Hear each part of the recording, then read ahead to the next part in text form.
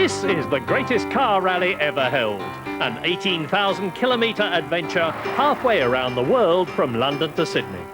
106 teams are entered, all in 25-year-old classic cars, and they come from Russia, Kenya, the UK, Japan, America, Hungary, Slovakia, South Africa, Australia. 22 countries in all, a world record for any motoring event. There are 15 international border crossings, 2 massive record-breaking airlifts, and dozens of different cultures along the way. The crews are cooped up in their cars for 30 days, and at the end, the winner won't even receive any prize money. For all the teams, there's simply the challenge of reaching the finish on the other side of the world. It is indeed a marathon in every sense.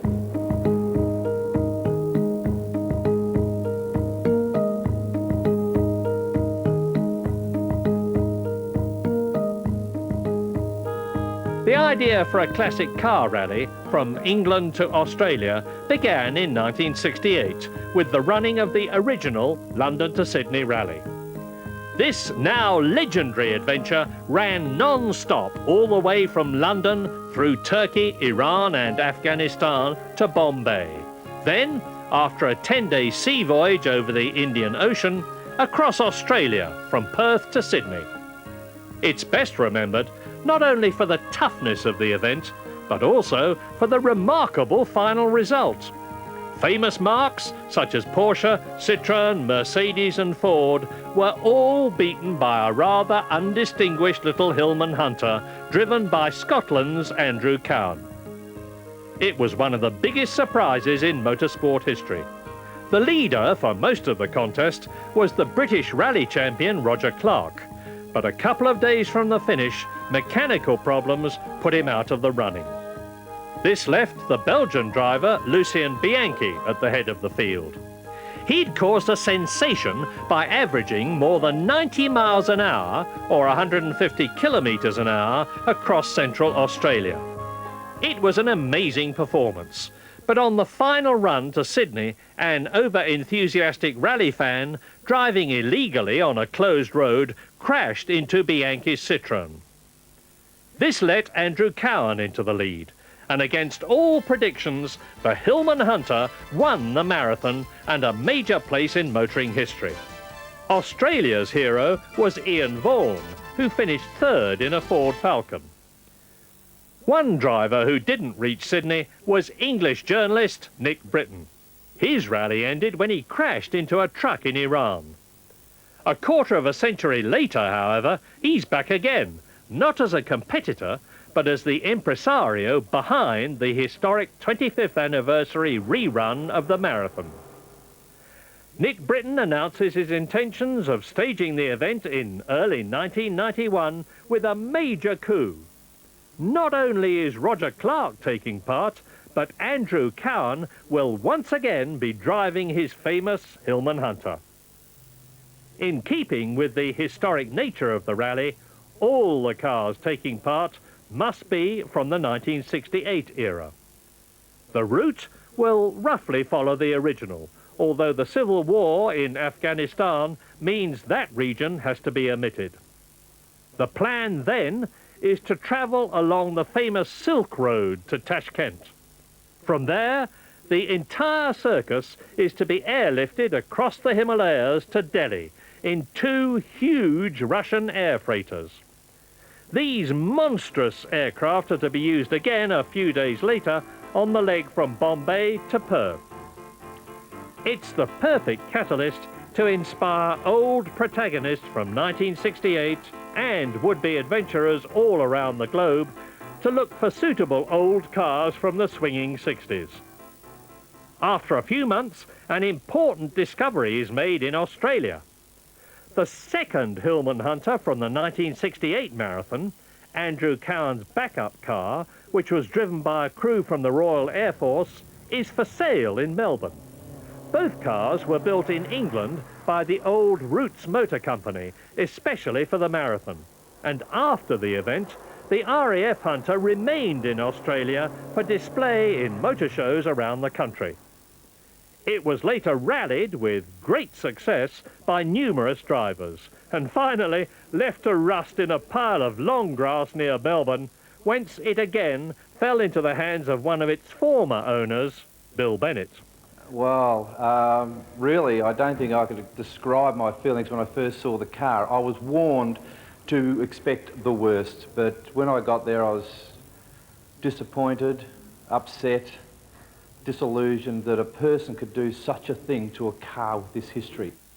The new owner is Tasmanian John Hamilton, who's been accepted as one of the early entrants in the marathon rerun, despite having no previous experience in any form of motorsport, let alone rallying at an international level.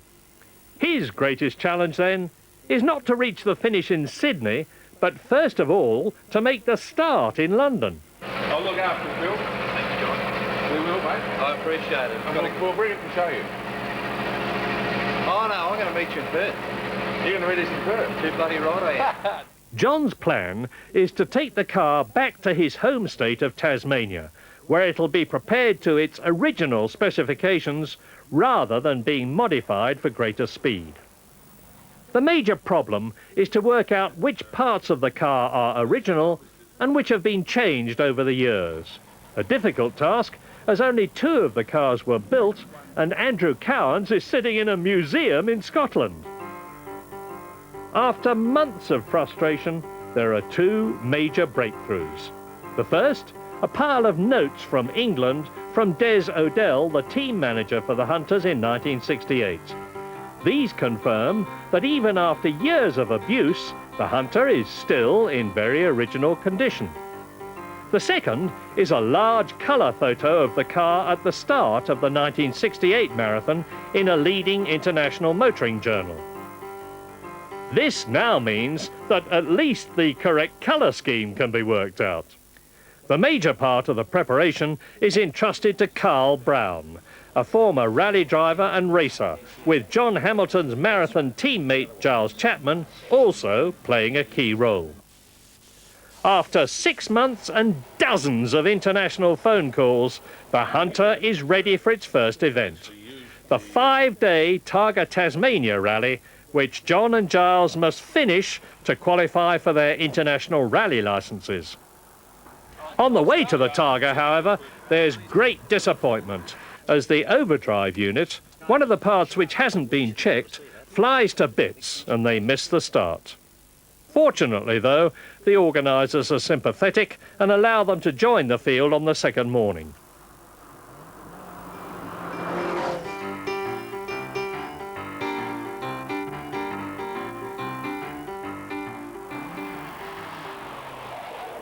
The Hunter eventually reaches the finish and the first qualifier is over.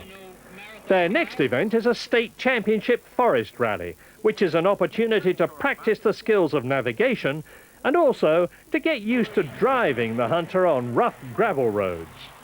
However, once again, things don't go to plan.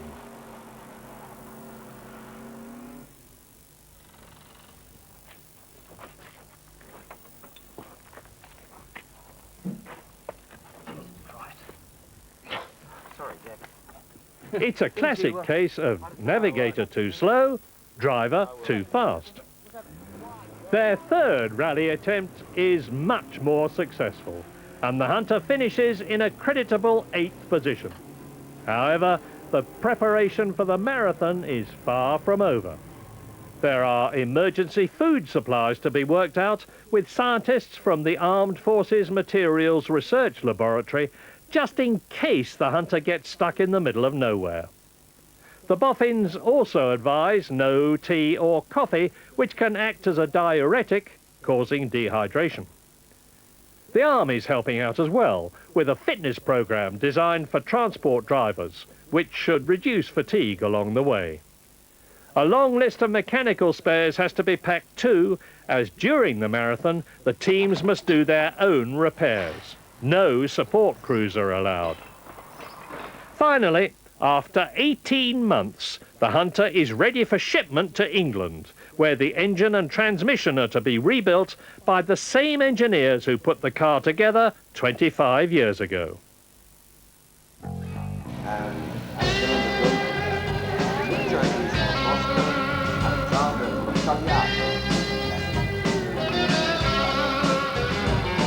co-driver. He's from Courbevoie in France. Actually, he lives at Neuilly now, near Paris. And Patrick did the 1968 rally, broke down between Hillman and Broken Hill. No need to ask where that was. Many Judas rallies, Monte Carlo, down the Walk, so on, 24-hour record. 3, 2, 1.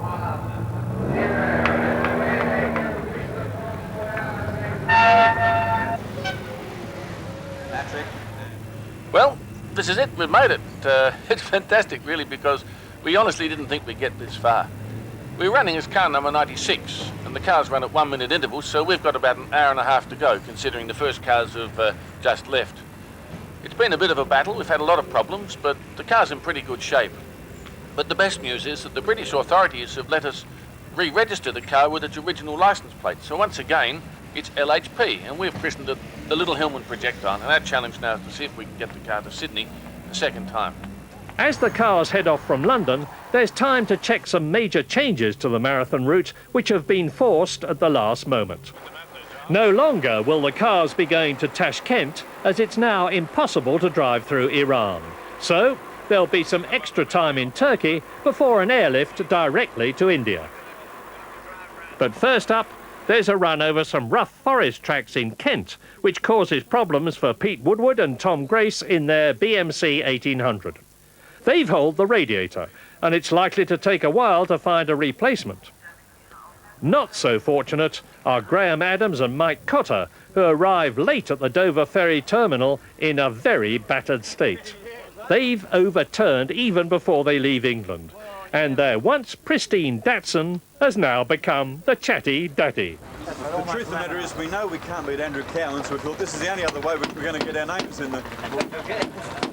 Well, there were plenty of cameras around. After crossing the channel to Calais, it's a short run into Belgium, where it seems even Hercule Poirot's first cousin is out to greet the marathon cars.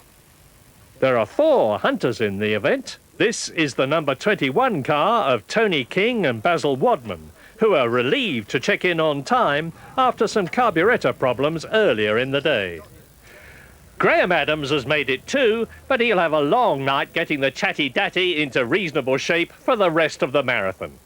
There's no rest either for the mechanics from the AA, who are following the event all the way to Sydney in their specially modified 4-wheel drive service vehicles.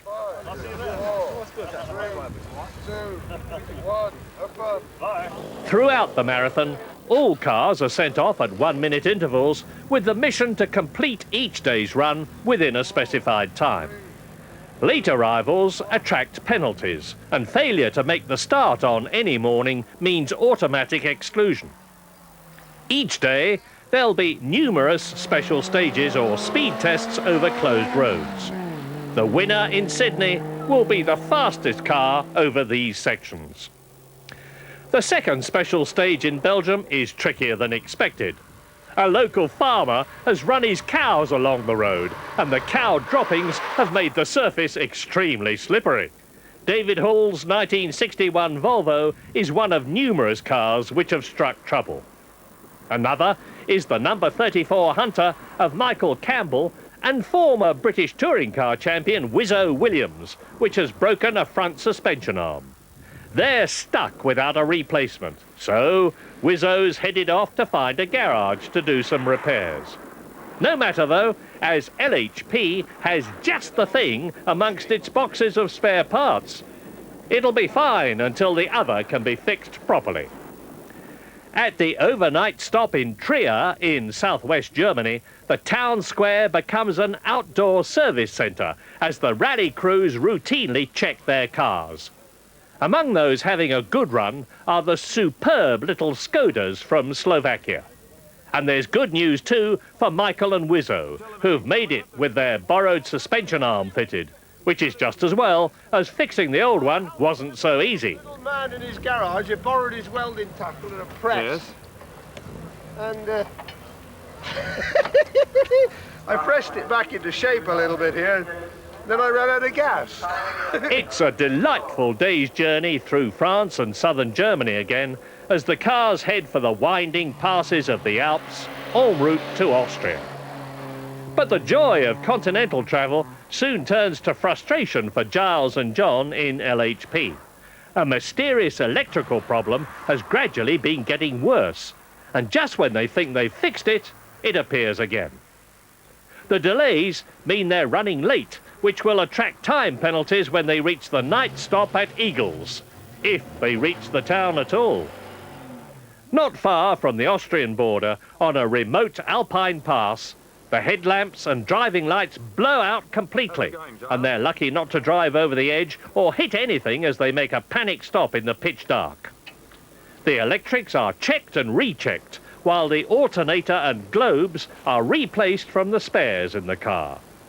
The critical thing is to reach the morning start, otherwise LHP will be out of the marathon after only 3 days. I think it's flickering and carrying on. We've got to have the whole thing pulled down and worked out where the hell it is. Well, we're better off in the service station. We can't do much. After a couple of hours waiting, they decide to continue alone, only to have the lights blow out a second time. But fortunately, the road service crew finds the car and leads it into a nearby town with its emergency lights. In the light of the garage, the cause of the problem is eventually found. It's a loose connection under the dashboard. After another lot of new globes, the LHP team finally departs for Eagles about 2 a.m. with fingers crossed. It's been a long night, and there's another 10-hour drive tomorrow.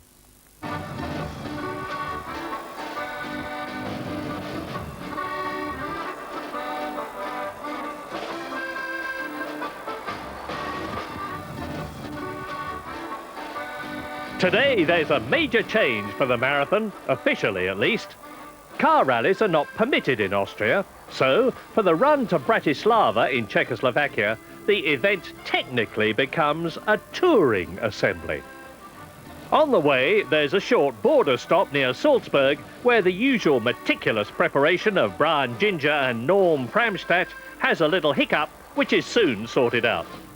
After the picture postcard beauty of the Alps and a cross-country journey on autobahns, the cars eventually end up in, of all places, a farmyard. But it's no ordinary farmyard, for this is the estate of Baron Ernst von Harrach, a great motoring fan, who said, "Yes, certainly you can. I don't mind 100 cars tearing round all over my farm." So, it's a flat-out run across the fields on the roughest stage of the event so far. Who said that car rallies were banned in Austria? Across the Danube in Slovakia, the reception from the authorities is totally different, as even the local police enthusiastically wave the cars through. For this country, which has just come out from behind the Iron Curtain, the marathon is the greatest international event for years. And in a superb gesture, the complete Skoda workshops in Bratislava are thrown open to the marathon crews. The electrical problem in LHP hasn't been completely sorted though, so Giles Chapman has enlisted the help of Basil Wadman from the 21 car. As for the overnight security, well, it appears there's no shortage of interested gendarmes in this part of the world.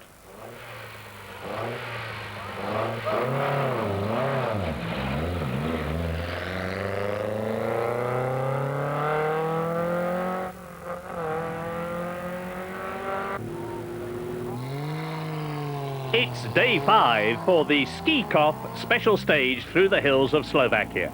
The leader at the front of the rally is New Zealander Graham Lorimer, but David Horsey, in one of the much-fancied Peugeots from Kenya, is pushing his way up the field.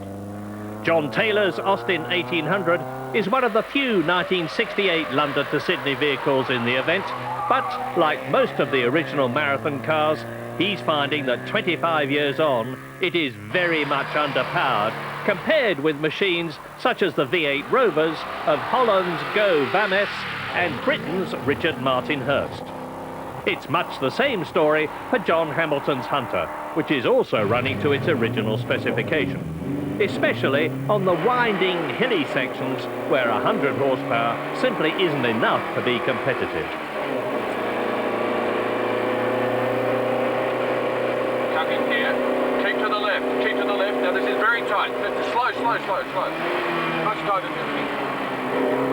Well done. Good course, Giles. Power course. Yeah, well, we haven't got enough horses. Come on. I got it flat at the moment. What? Flat. Absolutely flat. If we like those Mercedes that had about another 150 horsepower, we'd be right. Or the Porsches. She's just bloody understeering off. She's got the power to do it. She's going to lift off and let it come round. Well, no, we don't. John.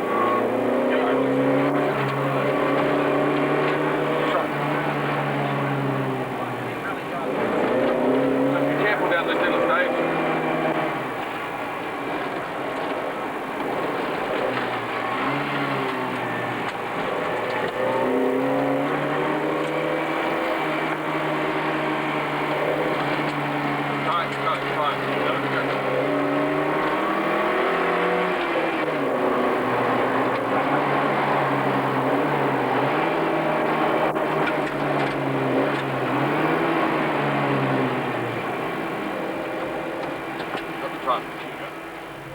At the Hungarian border, there's the usual paperwork, but there are few delays. Somehow, the marathon seems to have a way of slipstreaming some of the requirements.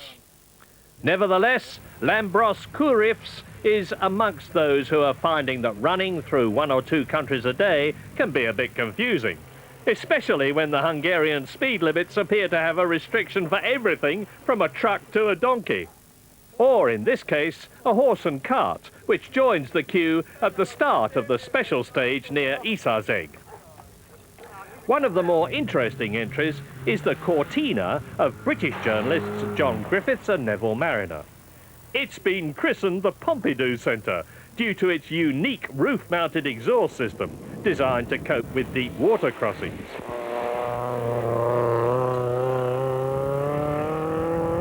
One of the casualties of the day is Bruce Hogarth and Tony Worth's Falcon, which has broken a rear axle. However, it's not long before they join the other crews to be entertained by the greatest partygoers of all, the all-singing, all-dancing, all-American team of Sidney Dixon and Sue Lowry.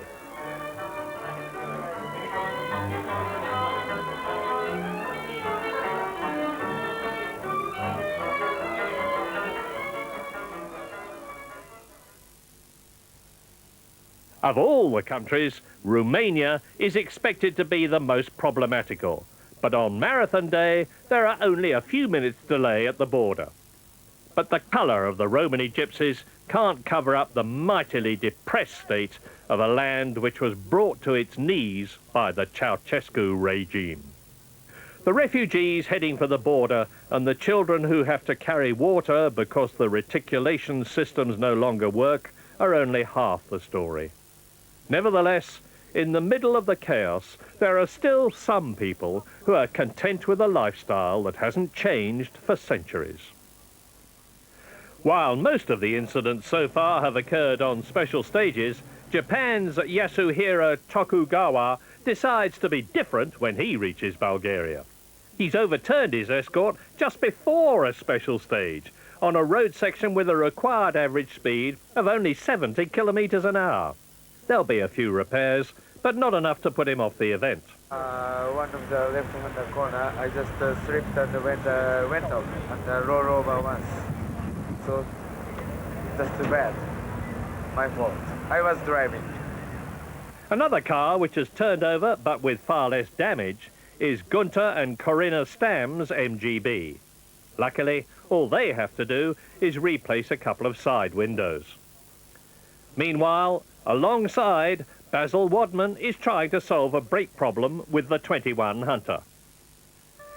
Istanbul, and it's a bleak day in more ways than one at the start of the 4-day leg through Turkey. The Turkish president has died, and the whole country is in mourning. So, all sporting events have been cancelled, except, of course, the marathon, the once-in-25 years international rally, which seems to overcome all barriers. Tony King and Basil Wadman have sorted out the brakes in their Hunter, and they're off to Ankara, 500 kilometres away. The only all-girl crew of Georgina Chaseling and Virginia Bevan is not so fortunate. Just 100 metres from the day's start, their engine seizes. Now they have to find someone who can rebuild it so they can make tomorrow's start control, a job which is far too big for the AA service crew. Tony Wilson's Rolls-Royce is in trouble too, with persistent overheating problems. 5, 4, 3, 2. Special stage number 12, and Mike Burley's Porsche is running well in the top 30, along with the Aussie Falcon of Rowan Quill and Bob Murrow, which has been decorated with some very strange sign writing. It's Turkish for Australian rice is best. At least that's what they're saying, but who knows? In the marathon, anything's possible, even, it seems, a roadside English lesson from Giles Chapman. How old are you? 30. 10 years? How many years you have? 1, 2, 3, 4, 5? 1, 2, 3, 4, 5, 6, 7, 8, 9, 10, Oh, good boy. 40, 50, 60, 70. You're a clever boy. Very good. Driving in Turkey is different, and not just because of the large number of trucks and buses on the roads. Finding good quality petrol isn't always easy, and today LHP has a terrible tank full, unlike the Chatty Datty, which is now running very well. There are no worries either for the escort of Graham Lorimer, which, after 8 days and 9 countries, is leading the marathon by just half a minute. This is simply the usual evening checkup for the car. For the Rolls-Royce, though, it's time to retire, as Tony Wilson decides it's not worth risking the car on the hazardous 900-kilometre trip into eastern Turkey, a part of the world that at best is bleak and forbidding. In 1968, one of the toughest stages of the original marathon was over the mountain passes from Sivas to Erzincan. The roads are much better now, but that's no comfort for the little Hillman projectile, which has a breakdown high on the desolate Anatolian plain. The problem is the original 25-year-old radiator fan. One of the blades has broken off, causing a severe vibration, which has stripped the bolts holding the water pump onto the engine block. There's no spare, so the old fan has to be modified in the hope that it'll work.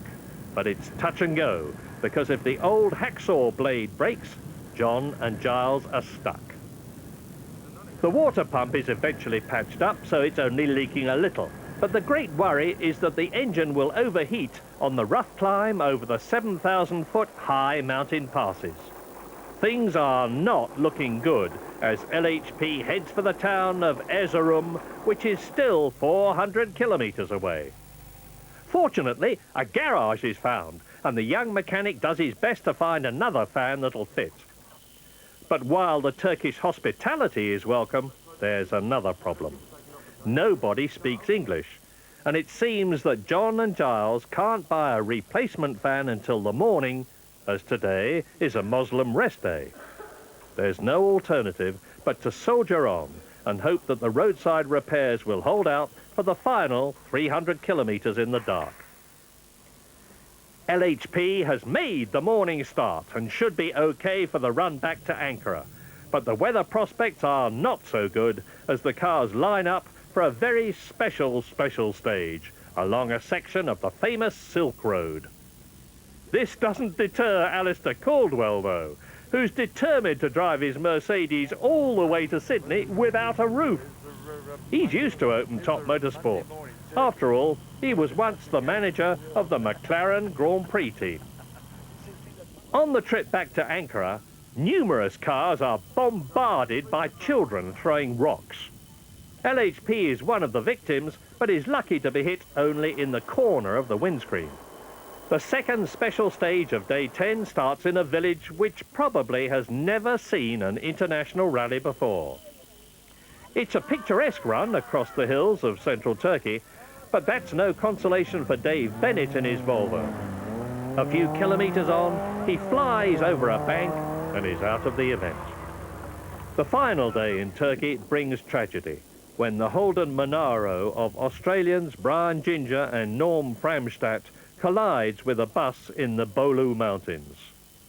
It appears that both vehicles may have been travelling in the middle of the road, and the Monaro has headed for the wrong side while attempting to avoid the crash.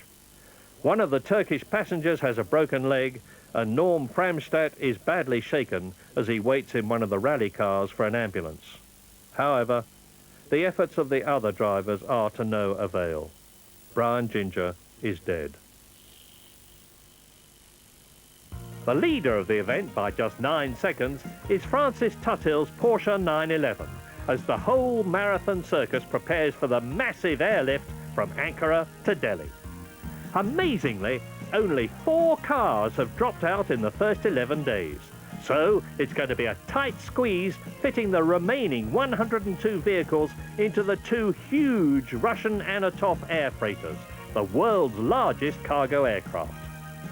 This airlift and the one from India to Australia are the key to Nick Brittan's plans to rerun the marathon. Airlifting more than 100 cars under these conditions has never been tried before, and there's no guarantee that something won't go wrong.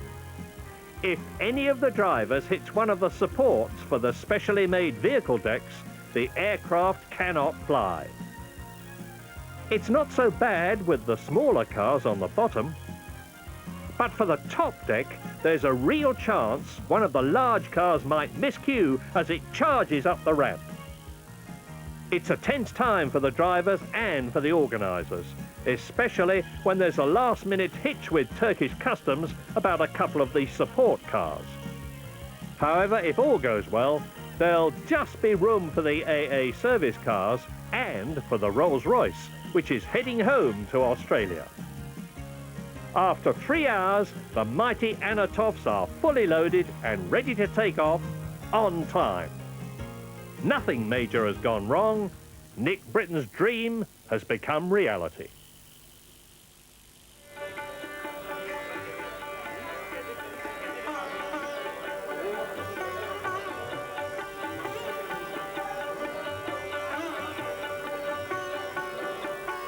The 1968 marathon was one of the biggest sporting events ever in India, and 25 years later, the flags are flying again.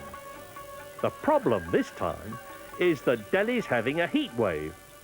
Today, it's the hottest city in the world. So, it's ice cream time for Wizzo Williams and Giles Chapman, but not for long. There's work to be done at the local open-air garage. John Hunt's Monaro team need new tyres all round, and LHP still needs a new radiator fan, which in India costs the princely sum of just $2. Because of the problems in running the marathon through Iran, there's extra time in India. So the Indian leg starts with a run to Simla in the foothills of the Himalayas. The first special stage is spectacular and dangerous. There are no barriers on the narrow, winding track, and each year in the local championship rally, at least one car flies over the edge, usually with no survivors. Fortunately, the marathon cars all make it to the top without crashing. Even here in the hills, the heat makes life uncomfortable. But now, that's not all that's distressing the crews. Like many others, the all-singing, all-dancing Sue Lowry has succumbed to the dreaded Indian tummy wog, and the fun of her marathon has turned into misery. Simla is the halfway point of the rally. In colonial times, the British came here to escape from the heat and to take in the magnificent vista of the distant Himalayas. Bands played in the Belvedere, Mem Saabs took tea in the pavilion, and the bells of the Church of North India rang out on Sundays. Half a century on, that's all a memory, as a statuesque Indira Gandhi looks down on the start of the second half of the London to Sydney Marathon. Mr. Tokugawa's escort is still going after his rollover in Bulgaria, Alistair Caldwell's still travelling topless, and Andras Yoyart is back on the road after a major engine rebuild in his Hungarian Porsche. LHP's running well now, although the breakdowns mean that John and Giles are well back in the field in 91st place. Driving in India is like driving nowhere else. Road rules are non-existent, and survival rather than speed is all important. So, patience really does become a virtue. That's fine in the cool of the mountains, but as the rally returns to Delhi, the oppressive 45-degree heat is taking its toll. John has stopped sweating from his body, a sign of bad dehydration, and Giles is suffering from Delhi belly. Tomorrow's forecast is for even higher temperatures. Of the 4 Hillman Hunter drivers, Andrew Cowan is faring the best. He's in 26th position, only a handful of places ahead of the Michael Campbell and Wizzo Williams car as the marathon heads south through the deserts of Rajasthan. Here, even the locals are feeling the heat, and there's not a mad dog to be seen. Just a few crazy Englishmen and 100 friends who are trying to tell themselves that dashing about in mid-50-degree heat is terrific fun. For the irrepressible Ross Lamb, that enjoyment even includes some roadside first aid. I was going that quick, I burnt my hand. No, not this way, no. What did you burn it on? On a fast woman. No, on the exhaust pipe. Travelling through the desert isn't so bad when the cars are moving, but the occasional stop in the open sun isn't pleasant, especially when the local express is running late. 5 minutes. 5 minutes? Yes. Express or slow train? Express. Express? Yes. Ah, very good. Like every train in India.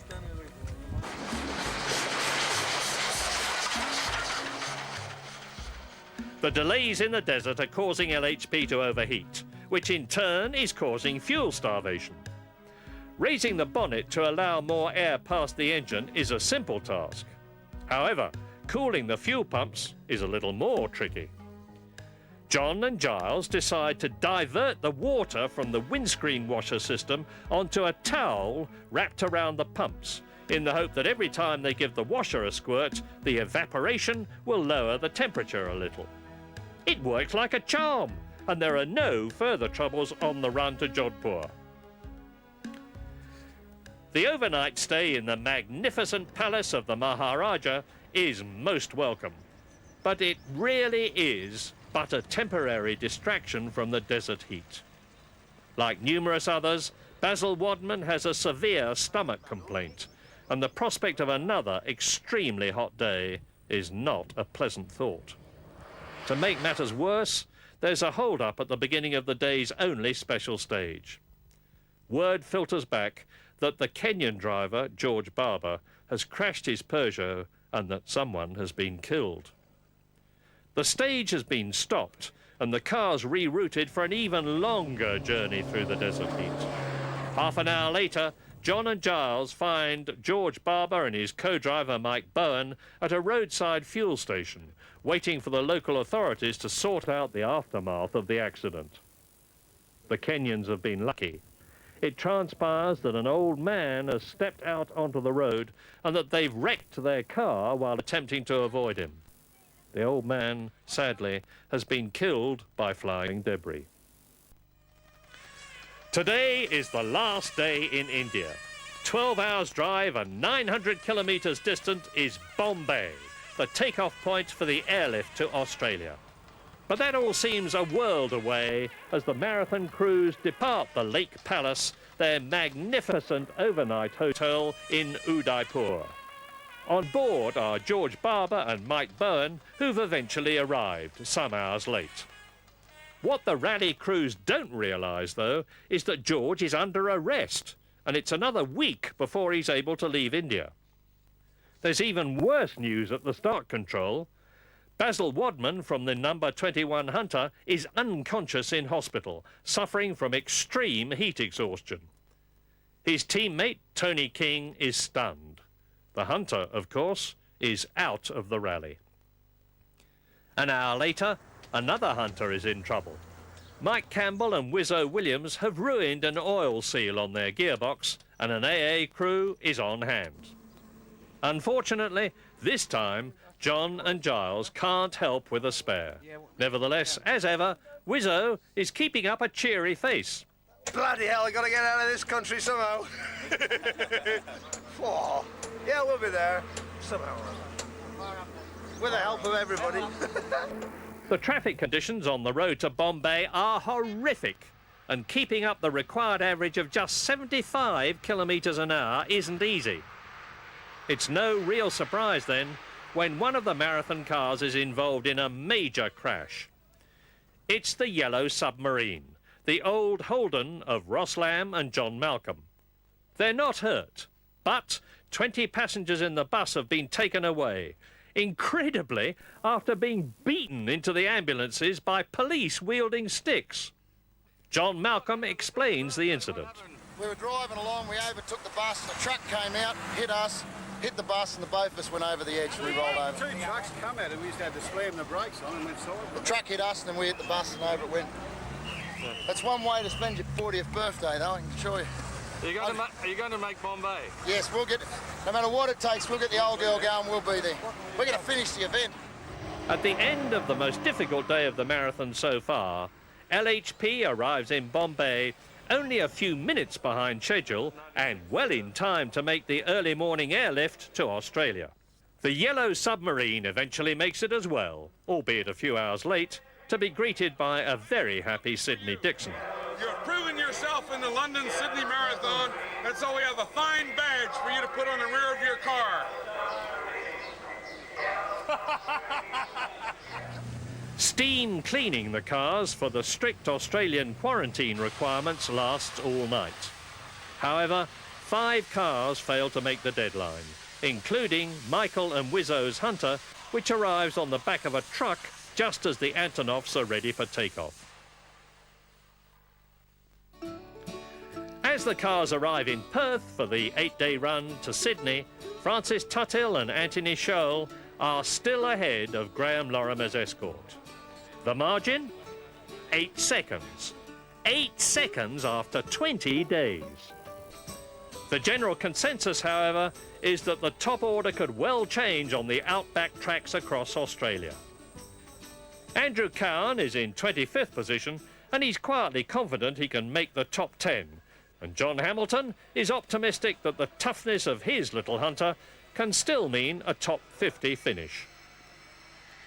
In the workshop of a friendly car dealer, he finds there's some unexpected help. Keith Maxwell, who actually serviced LHP in Perth during the 1968 rally, has come along to lend a hand. The London-Sydney Marathon really is an extraordinary event.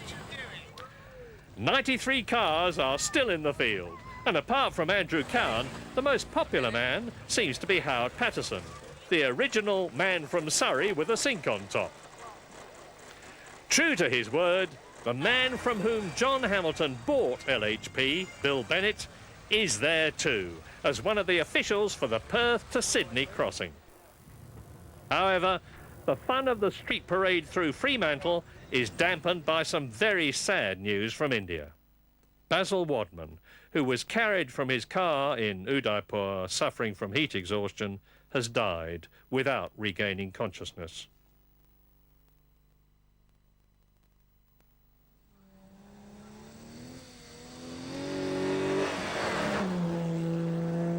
From the outset, the competitive stages in Australia are much tougher.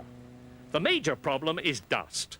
Overtaking is difficult, and it's hard to see the bumps and the sandy patches on the rough tracks. Inevitably, there are accidents. Andrew Cowan has hit a tree, but the damage is patched up at the overnight stop in Esperance. But Andrew has another problem as well. Someone has souvenired his #1 rally plate. Ian Vaughan has now moved up to 6th in the original Ford Falcon he took to 3rd place in the 1968 event. Just behind him and going like steam is the husband and wife crew of Steve Ashton and Roe Nixon in their Datsun.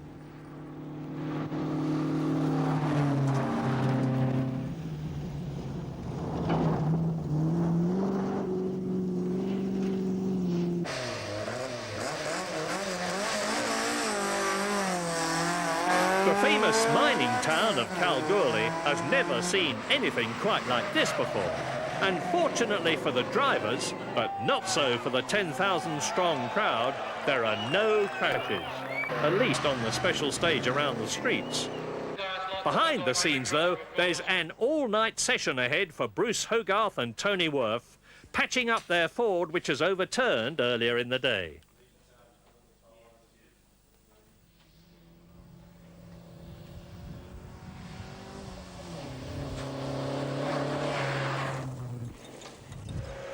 Day 25 is a car breaker. The special stage from Xanthus to Baladonia has a mixture of hidden routes which can tear tyres to shreds, sand traps which are difficult to miss, and stout trees hidden by clouds of dust. The track is 168 kilometres long and few cars have a trouble-free run. Rallying in outback Australia really can be tough.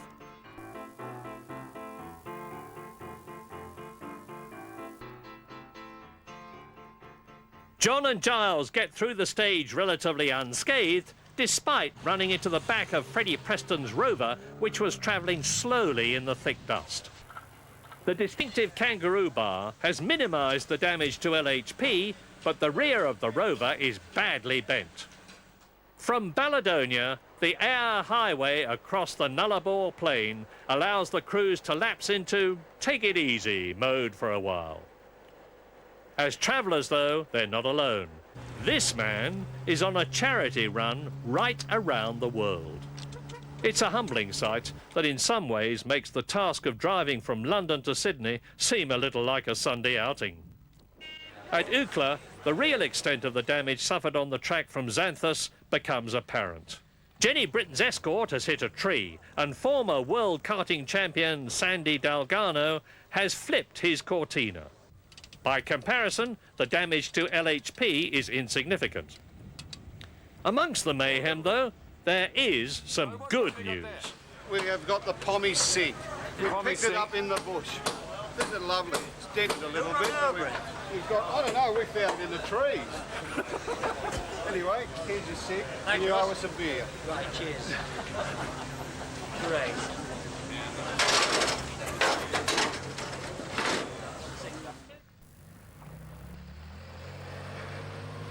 Well, we're about to start day 26, and we're pretty happy because yesterday we picked up 18 places from 77th to 59th, and it was very tough going, but the Little Hunter did particularly well.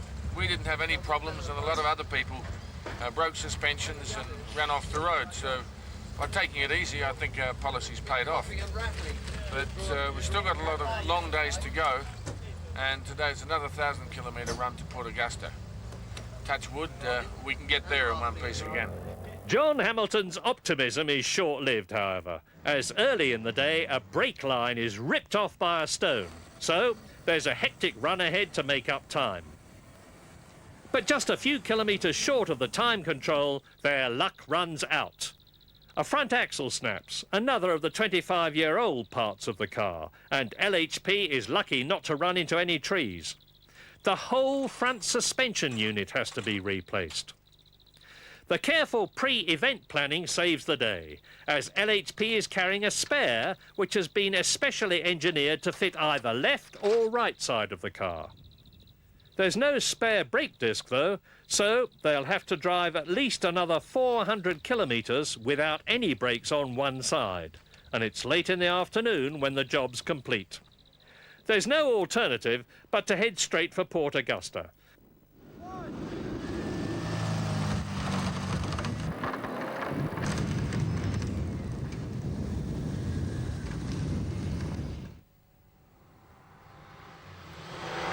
After the disappointment of yesterday's breakdowns, John and Giles are having their best day so far, running in the top third of the field for part of the day.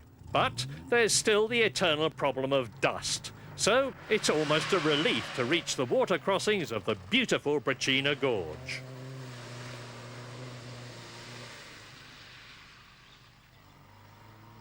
But the Flinders Ranges are also the scene of one of the marathon's worst accidents. Jenny Brittan and her co-driver Dave Thomas are lucky to survive.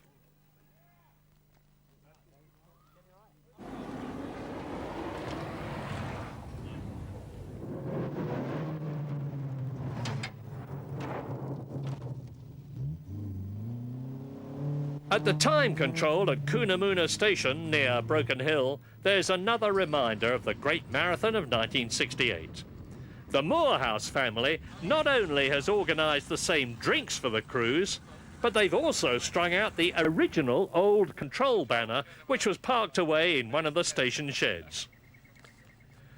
The morning start at Broken Hill has a surprise. Andrew Cowan has only just made the control in time after a major engine rebuild overnight. And the boys in LHP are now in front of the famous #1 car as they set out on the longest day of all. 1,100 kilometres over the plains to Wangaratta. Recent rains have forced the cancellation of the first special stage. For many of the weary crews, though, it's a welcome break as it leaves time to enjoy some old-fashioned outback hospitality. We don't have kangaroos like this in England, says Mary Hall, but Karina Stam is much more interested in the local cuisine. It's great. As for Fumio Kamai, well, he's just happy to be here at all.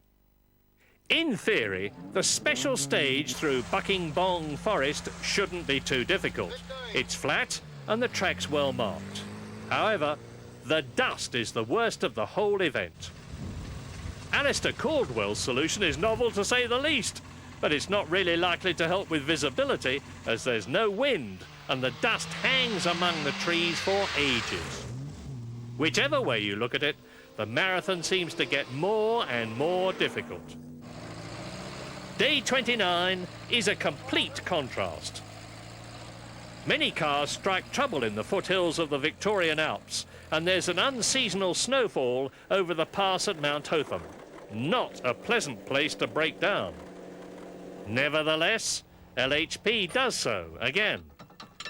The same front wheel bearing which was replaced on the roadside in South Australia has seized on the axle, and it's proving very difficult to remove, despite some assistance from a passing rally enthusiast. But in spite of the cold, Giles and John are still in good spirits.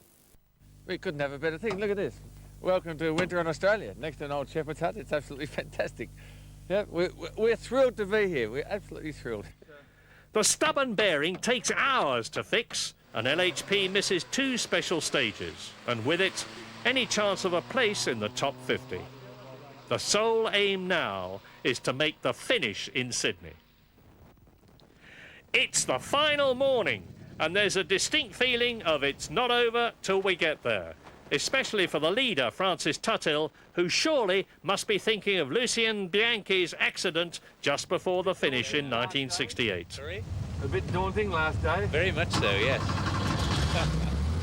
Still, off we go. We'll see what we can do. Cheerio. Good luck.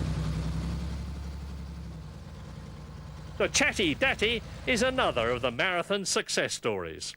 After their rollover in England, Graham Adams and Mike Cotter have worked their way from last position up to 35th. An incredible effort. And how does Sydney Dixon, a 1968 original, feel about heading for Sydney for the second time? I said I wouldn't do it again, but I did. Thank God we're here. An amazing 86 of the 106 starters head into Sydney. Most of them under their own steam, but with some, like Laurie Beecham's Falcon, requiring a little assistance.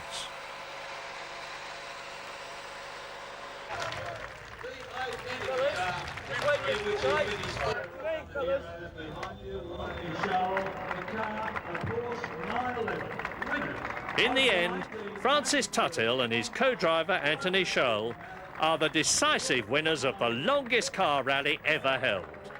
They've led for most of the way, and their superbly prepared Porsche hasn't missed a beat.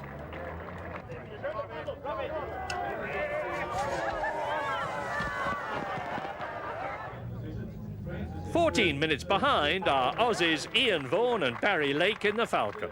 It's now finished third in 1968 and second in 1993. So, in another 25 years, who knows?